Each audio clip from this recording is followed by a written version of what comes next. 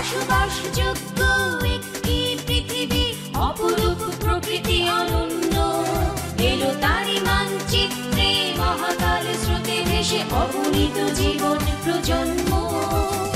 আমরা সৃষ্টির শ্রেষ্ঠতে গণ্য, তবু কেন পৃথিবী বিপন্ন? এসো বন্ধু, গোটা পৃথিবী আজ আমাদের হাতে গড়ব, কেন বৃক্ষের সাথে বন্ধন, তারই গল্প আজ শুনব।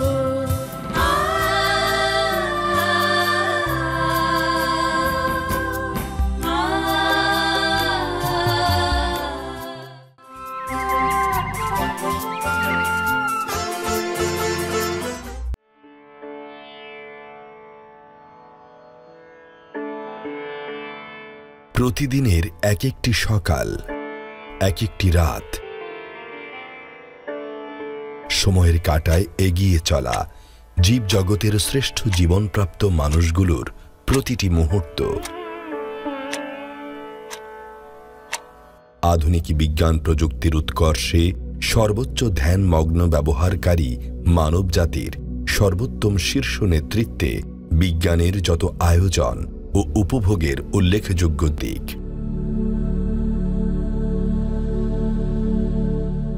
পৃথিবীর প্রতিটি রাষ্ট্র আর এর অসংখ্য জনগোষ্ঠী ও সম্প্রদায়ের প্রতিটি মুহূর্তের অধুনাতন চিন্তার অগ্রসরমান জীবনযাপনে অনন্ত কার্যক্রমের অনিশ্চিত যত স্বপ্ন সিঁড়ি।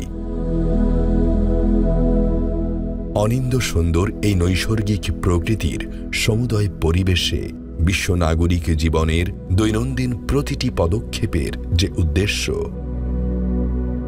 এভাবে মানব জীবনের প্রতিটি মুহূর্তের সকল কর্মের উদ্দেশ্য সম্পর্কে যদি জানতে চাওয়া হয়, বিশ্বব্যাপী এই শীর্ষ আধুনিক উন্নত জীবনকে বিশেষ্য পদে উপবিষ্টকরণের উদ্দেশ্যটি কি? এর পরিণত কোনো উত্তর মানব জাতির সামনে আজও স্পষ্ট হয়নি। আবারও যদি প্রশ্ন ওঠে, সফল জীবন গঠনে সর্বকালের সর্বাধুনিক জীবনের সন্ধানে জীবন বান্ধব নয় এমন জটিল অস্বস্তিকর অবরুদ্ধ অর্থনৈতিক জীবনকে গড়ে তোলার প্রক্রিয়াকে সমর্থন কেন? প্রগতিবিরোধী ধারা অবলম্বনে অনিশ্চিত আগামীর দিকে এভাবে ছুটে চলার শেষ পরিণতি কি? বৃহৎ এই উন্নত বিশ্ব পরিকল্পনায় প্রাপ্ত যে ফলাফল, এর শেষ সমাপনী বা কি? এসব কি কেনর সমর্থনযোগ্য নিরাপদ নিশ্চিত কোনো উত্তর কারো কাছে জানা রয়েছে কি? এর উত্তর সত্যি হতাশাব্যঞ্জক, আর তা হচ্ছে না।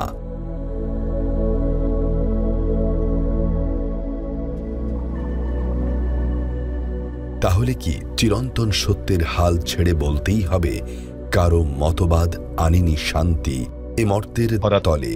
তবে কি তোমার শুরু শেষ সবই অনাদির কোনো ভুলে?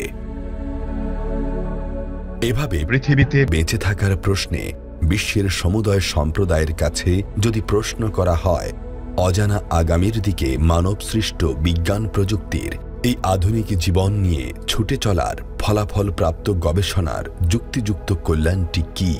নিশ্চয়ই তাদের পর্যবেক্ষণের অনুপুঙ্খ প্রতিবেদন ফলাফল নিয়ে গবেষণা ও এই বিষয়ে কোনো কিছু বুঝে ওঠার পূর্বেই বর্তমান বিশ্ব পরিবেশ পরিস্থিতি নিজেই নিজেকে তা মানুষের কাছে স্পষ্ট করে তুলে ধরছে।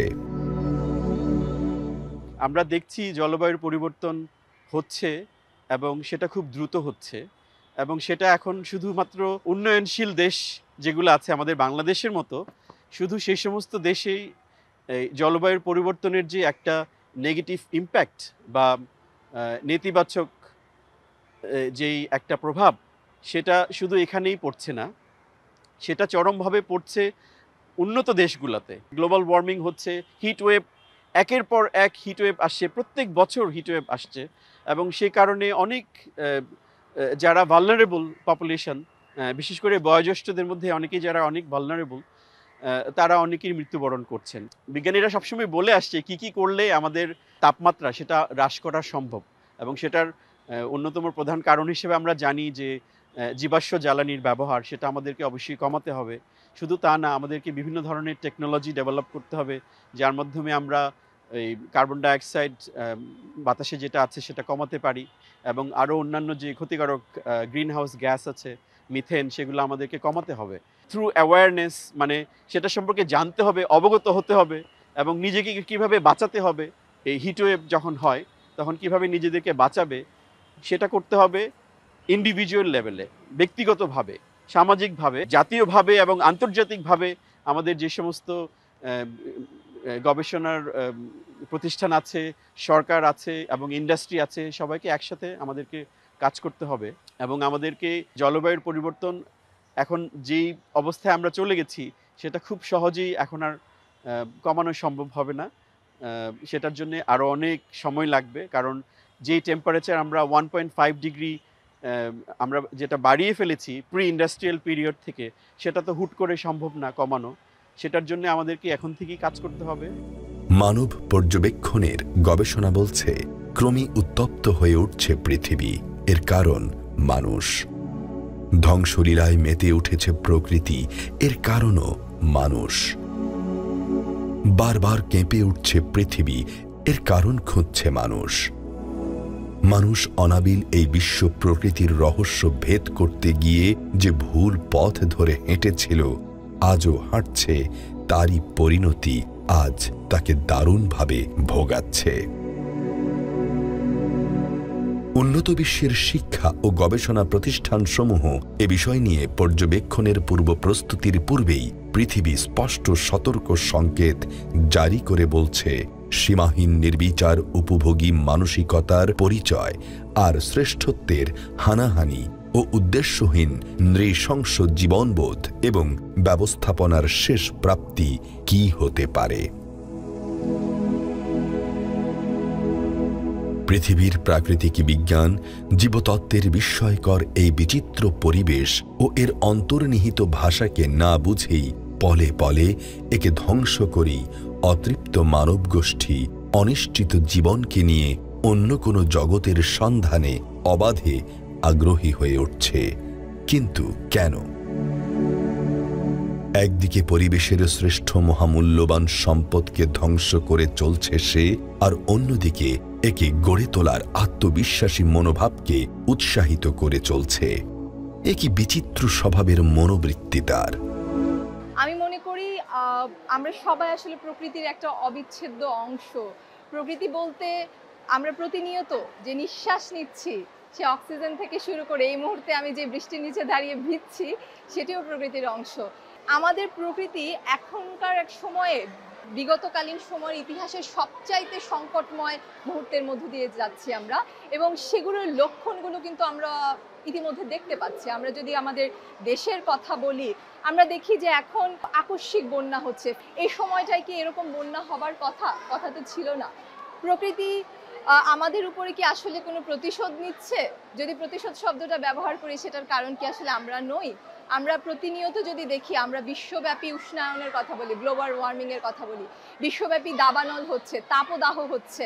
প্রকৃতির হাত থেকে একটা দেশ কতটা উন্নত, কতটা অনুন্নত কিংবা উন্নয়নশীল কিনা, এই বিষয়গুলো কিন্তু আসলে মুখ্য নয়। এই গোটা পৃথিবী একটা সংসার, গোটা পৃথিবী একটা পরিবার। প্রকৃতি আমাদের আগলে রেখেছে। আমাদেরকে কিন্তু প্রকৃতির প্রয়োজন নেই, বরং প্রকৃতিকে আমাদের প্রয়োজন, আমাদের এক্সিস্টেন্সের জন্য, আমাদের অস্তিত্বের জন্য। তাই আমরা যারা আমাদের প্রজন্মদেরকে সচেতন করার কাজে নিয়োজিত, শিক্ষকতাকে আমরা যারা পেশা হিসেবে, ব্রত হিসেবে নিয়েছি, আমরা কিন্তু চেষ্টা করে যাচ্ছি আমাদের ভবিষ্যৎ প্রজন্মকে সেভাবে লালন করার, সেভাবে শেপ করার। প্রকৃতির আমরা যে ক্ষতি করেছি বিগত অনেকগুলো দশক ধরে ইন্ডাস্ট্রিয়ালাইজেশনের নামে বা উন্নয়নের নামে, উন্নয়নের সাথে আমাদের চলতে হবে, কিন্তু যে সাস্টেইনেবল ডেভেলপমেন্ট বা টেকসই উন্নয়নের কথা বলে, আমাদেরকে সেই বিষয়টাও মাথায় রাখতে হবে। উন্নয়ন এবং প্রকৃতি সাংঘর্ষিক নয়, বরং সমান্তরালে চলতে পারে।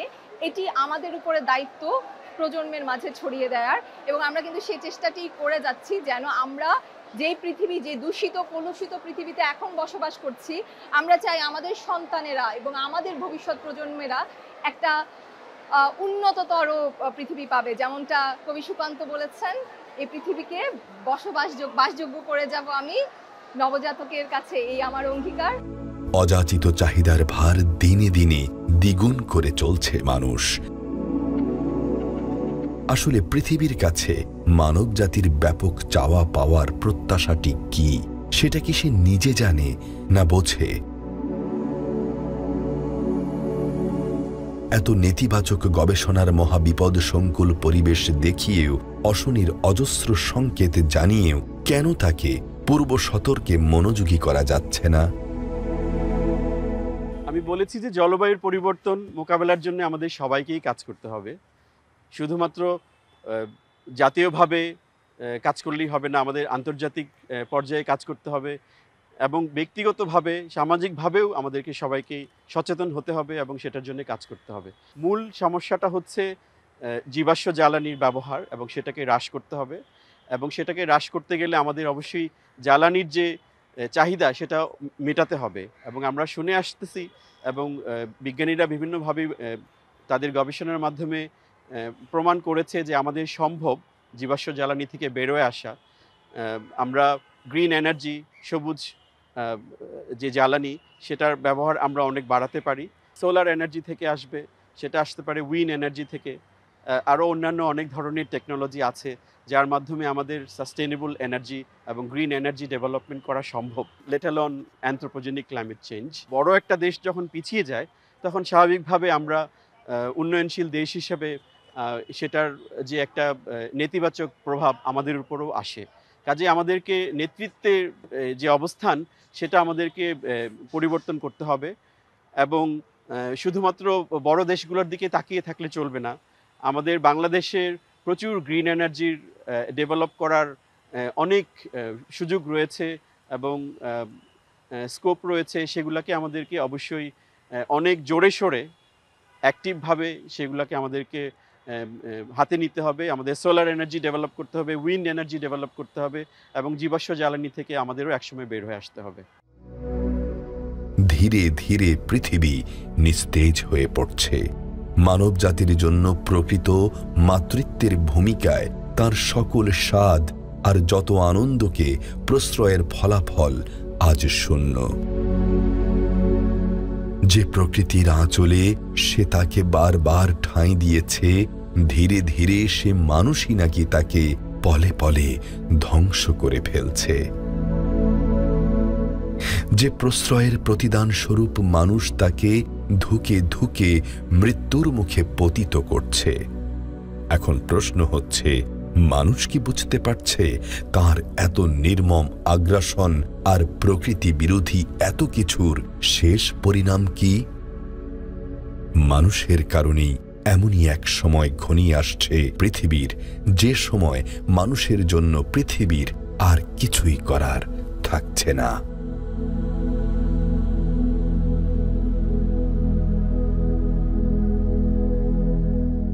তাই এখনই ভাবার সময় এসেছে, বিশ্ব শান্তির লক্ষ্যে কেমন নেতৃত্বের ভূমিকায় অবতীর্ণ হবে মানুষ, যা বিশ্বের জন্য হবে মঙ্গল ও কল্যাণময়।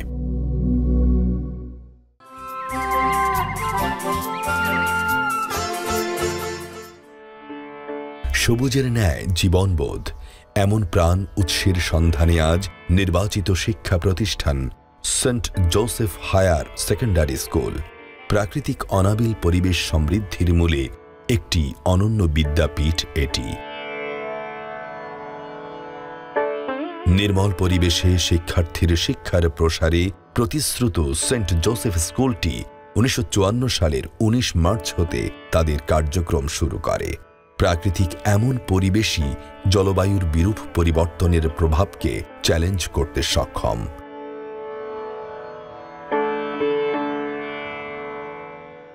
বর্তমানে এই উন্নয়নের বিশ্বে একটা গুরুত্বপূর্ণ বিষয় হচ্ছে ক্লাইমেট। আমরা বিজ্ঞানের যতই উন্নয়ন ঘটাই, যদি পরিবেশ এবং ক্লাইমেট বিষয়ে সচেতন না হই এবং এটাকে রক্ষা না করি, তাহলে সেই উন্নয়ন স্থায়ী হবে না। আমি মনে করি আমরা যে শিক্ষাদানের কাজ করি, শিক্ষাদানের যেমন মানবিক বিকাশের কথা বলি, একইভাবে পরিবেশের জন্য যখন আমরা চিন্তা করি, সেই পরিবেশের সাথেও মানবিক হওয়ার জন্য আমাদের প্রয়োজন, কারণ আমরা মানবিক না হলে পরিবেশ ভালো বসবাস উপযোগী থাকবে না। একজন পরিবেশবিদ একটা কথা বলেছিলেন, the earth has skin, the skin has diseases and one of its disease is man. তাহলে এই যে ক্লাইমেট বলি, পরিবেশ বলি, প্রকৃতি বলি, এটার ক্ষতি বেশিরভাগ সময় মানুষ করে থাকে। আর সেই হিসেবে আমি মনে করি শিক্ষক হিসেবে আমাদের বড় একটা দায়িত্ব আমাদের শিক্ষার্থীদের পরিবেশ সম্পর্কে সচেতন করা, পরিবেশকে রক্ষা করার কাজে কমিটমেন্ট করা, এটা বড় একটা বিষয়। আর পাশাপাশি আমি মনে করি যে প্রত্যেকটা শিক্ষা প্রতিষ্ঠানেই ক্যাম্পাস এবং বিল্ডিং পরিবেশ বান্ধব হওয়া দরকার, প্রচুর গাছ থাকা দরকার, ক্লাসরুমগুলো যেন যথেষ্ট আলো বাতাস যেতে পারে সেই বিষয়ে থাকা দরকার। আর শিক্ষার্থীদের কোনো না কোনোভাবে যুক্ত করা দরকার, যেন ক্যাম্পাসে গাছ লাগায়, গাছের যত্ন নেয়, এবং বাড়িতে জমি না থাকলেও কোনো না কোনোভাবে গাছ লাগান এবং গাছের প্রতি যত্ন নেয়। আর আমি যদি আর একটু বড়োভাবে চিন্তা করি, তাহলে পরিবেশ মানুষকে আরও বেশি মানবিক করে তোলা দরকার। আর যখন মানুষ আরও মানবিক হবে, তখন আমরা অন্যের ক্ষতি করব না। পরিবেশ সুন্দর হবে, মানুষ শান্তিতে বসবাস করবে। কিন্তু যদি মানুষ শান্তিতে বসবাস করতে না পারে, তাহলে সেখানে ভালো পরিবেশ বিরাজ করতে পারে না।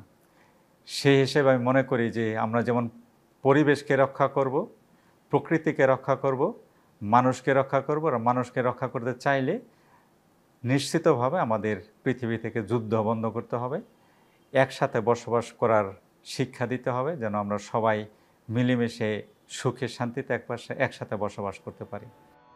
এই প্রতিষ্ঠানে রয়েছে একটি নেচার স্টাডি ক্লাব, যেখানে শিক্ষকগণ শিক্ষার্থীর মাঝে প্রকৃতি সংক্রান্ত শিক্ষার গুরুত্বকে আরও সুপ্রসন্ন করে তোলে। জোসেফাইট ইকো আর্ট ক্লাব একটা ঐতিহ্যবাহী ক্লাব, এবং এই ক্লাবের মাধ্যমে আমরা স্টুডেন্টদেরকে পরিবেশ সম্বন্ধে সচেতন করি, বিভিন্ন প্রোগ্রামের আয়োজন করি, এবং এই প্রোগ্রামের মাধ্যমে আমরা মনে প্রাণে লালন করি। একটা বৃক্ষের মতো আমরা স্টুডেন্টকে তৈরি করি, তার ফল প্লাস তার অক্সিজেনটা যেমন আমরা পাবো, প্লাস আমাদের মাধ্যমে সারা বাংলাদেশে এই মেসেজটাকে আমরা ছড়িয়ে দিই যে উদার হওয়ার শিক্ষাটা, প্লাস প্রকৃতির মতো নিঃস্বার্থ ভালোবাসার শিক্ষাটা, এবং সর্বোপরি সহযোগিতা ও সহভাগিতার মন মানসিকতা তৈরি করা। এই ক্লাবটার মাধ্যমে আমরা আমাদের স্টুডেন্টকে নিয়ে দেশের বাইরেও যাই। সেখানে গিয়ে আমরা আমাদের ইকো আর্ট ক্লাবের যে মেইন থিমটা, যে আওয়ার ড্রিম ইন গ্রিন, এই মেসেজটাকে আমরা ছড়িয়ে দিতে চাই। আমরা বিভিন্ন কম্পিটিশনে পার্টিসিপেট করি, স্টুডেন্টদেরকে উৎসাহ দিই, এর মাধ্যমে তারা উপকৃত হয়, প্লাস অন্যান্য ইনস্টিটিউশনের স্টুডেন্টদের সাথে একটা সহযোগিতার মেন্টালিটি তারা তৈরি করে। বিশ্বে জলবায়ুর নেতিবাচক পরিবর্তনের কারণ ও এর নেতিবাচক প্রভাব সংক্রান্ত বিষয়ে এদেশের শিক্ষা প্রতিষ্ঠানগুলোতে শিক্ষার্থীদের সচেতন করে তোলার ক্ষেত্রে নানা কার্যক্রম গ্রহণের রাষ্ট্রীয় নির্দেশনা রয়েছে। এ প্রতিষ্ঠানের শিক্ষার্থীদের শ্রেণীকক্ষে ও প্রাকৃতিক পরিবেশে প্রকৃতি সংক্রান্ত তথ্য উপাত্ত নিয়ে উদ্দীপনামূলক শিক্ষা ব্যবস্থা সত্যি বিরল। পরিবেশ হচ্ছে আমাদের একমাত্র বাসস্থল, যাকে নির্ভর করেই বা যাকে কেন্দ্র করে আমাদের বাঁচা, এবং যাকে কেন্দ্র করেই আমাদের জীবনের চিরচারিত কাজগুলো সম্পাদন হয়ে থাকে। সেই পরিবেশ এখন ধ্বংসের দ্বারপ্রান্তে দাঁড়িয়ে আছে। পরিবেশ আমাদের এমন একটা সংজ্ঞায়িত অবস্থানে চলে গেছে, যেখানে পরিবেশের প্রতি যত্ন নেওয়া ছাড়া পরিবেশকে ফিরিয়ে আনাটা মোটামুটি অসম্ভবই বলা চলে। আমাদের চারপাশের উপরের মানুষগুলো তারা যদি আমাদের পরিবেশ বিষয়ে সচেতন না হন, এই পরিবেশটাকে ভালো রাখা আমি মনে করি এটি সম্ভব নয়। যদি পরিবেশটাকে ভালো রাখতে হয়, সকলে মিলে হাতে হাত ধরে কাঁধে কাঁধ মিলিয়ে যদি আমরা কাজ না করি, পরিবেশটাকে ভালো রাখা সম্ভব হবে না। পরিবেশের জন্য আমরা কি করতে পারি? আমাদের গাছ লাগাতে পারি। গাছ হচ্ছে আমাদের বাঁচার জন্য অন্যতম একটি মাধ্যম, এবং এই গাছ আমাদের কত উপকার করে তা আমরা নাসার সর্বশেষ একটি টেমপ্লেটের মাধ্যমেই বুঝতে পারি। নাসা তাদের একটি টেমপ্লেটের মাধ্যমে আমাদের খবরটি জানিয়েছে যে গাছ শুধুই অক্সিজেনই দেয় না, কিছু গাছ আমাদের ক্যান্সার নামক যে মরণ ব্যাধি সেটি প্রতিরোধেও বেশ কার্যকরী। বা পরিবেশটা যে আমাদের জন্য কতটা গুরুত্বপূর্ণ সেটা যতদিন না আমরা বুঝতে পারবো, আমি মনে করি আমাদের পরিবেশের যে উন্নয়ন বা পরিবেশের যে প্রধান কাজগুলো সম্পাদন সেটি কোনোদিনও সম্ভব হবে না। মানুষের মৌলিক গুণের উৎস কি? শিক্ষার্থীর প্রজ্ঞাদৃপ্ত হয়ে গড়ে ওঠার সূত্রটি কি? শব্দগুলো প্রতিফলনের ক্ষেত্রটি স্পষ্ট হল প্রতিষ্ঠানটির শ্রেণীকক্ষগুলোতে। প্রাকৃতিক পরিবেশের এই মনোরম স্নেহের ছায়াতল তাদের জীবনের উদ্দেশ্য ও লক্ষ্যবস্তুতে অসাধারণ এক দৃশ্যমান প্রভাব সৃষ্টি করেছে।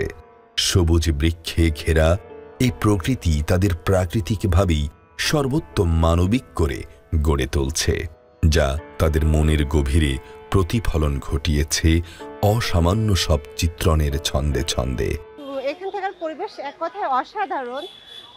আশেপাশের গাছপালা, প্রকৃতি এত সুন্দর। সাধারণত এরকম প্রকৃতি অন্য স্কুলে দেখা যায় না। আমরা কিন্তু প্রকৃতির মধ্যে বড় হতে চাই। আমরা যখন ছোট ছিলাম তখন গ্রামে থাকতাম, তখন অন্যরকম একটা পরিবেশ ছিল, কিন্তু ঢাকা শহরে নর্মালি কিন্তু এরকম পরিবেশ পাওয়া যায় না। সেক্ষেত্রে আমাদের সেন্ট জোসেফ স্কুলের প্রকৃতি এক কথায় অসাধারণ। এখানে যে বাচ্চারা পড়াশোনা করে, এখানে থাকা যে বেড়ে ওঠা তারা একটা অন্যরকম পরিবেশে বড় হয়। আশেপাশে যে পরিবেশ, প্রকৃতি, গাছপালা, এখানে বিভিন্ন ধরনের গাছ আছে। ইভেন কিছুদিন আগে একটা প্রজেক্ট হলো আমাদের, যে এখান থাকার কতগুলো গাছ আছে, কি কি গাছ আছে, গাছের নাম কি, কোথা থেকে এই গাছগুলো এসেছে, কোন দেশে এই গাছগুলো বেশি পাওয়া যায়, এগুলো সম্পর্কে লিখতে হবে। যার কারণে বাচ্চারা এগুলো সম্পর্কে অনেক ভালো ধারণা পায় এবং তারা খুব ভালোভাবে জানতে পারে প্রকৃতি সম্পর্কে আমাদের এই স্কুলের মাধ্যমে। আমার বাচ্চা যে স্কুলে পড়ে, এই স্কুলের পরিবেশটা এত সুন্দর, এত সবুজ শ্যামলে ঘেরা। এই স্কুলের নীতি নৈতিকতা সুন্দর। দেখা যাচ্ছে যে বাংলাদেশের যেসব স্কুলগুলি আমাদের এই স্কুলের মতো যদি পড়াশোনাগুলো এগিয়ে নিয়ে যায়, তো বাংলাদেশ একদিন আসলে উন্নতির শিখরে পৌঁছে যাবে। আমরা সবাই চেষ্টা করব যেন সুষ্ঠু পরিবেশ এবং সুন্দর পরিবেশ গড়ে ওঠে। একদম তৃণমূল থেকে সবাই যদি চেষ্টা করি, তাহলে আমরা সবাই ভালো থাকতে পারবো। আসলে একা ভালো থাকা যায় না। সুস্থ জীবন, সুস্থ পরিবেশ আমাদের সবার জন্য প্রয়োজন। এখানে প্রতিটি শ্রেণীকক্ষের পেছনের বোর্ডে আঁকা ছবিগুলো বলছে প্রকৃতির প্রতি তাদের গভীর ভালোবাসার অনুভূতিগুলি কি কি। এই গভীর অনুভূতি বলছে একদিন এই শিক্ষার্থীদের মাঝে গড়ে উঠবে সহানুভূতির এক অসীম ভ্রাতৃত্ববোধ, যা প্রতি পদে প্রতিশ্রুত নৈতিক ও সামাজিক আর সর্বোত্তম মানবিক মূল্যবোধকে জাগ্রত করে তোলে।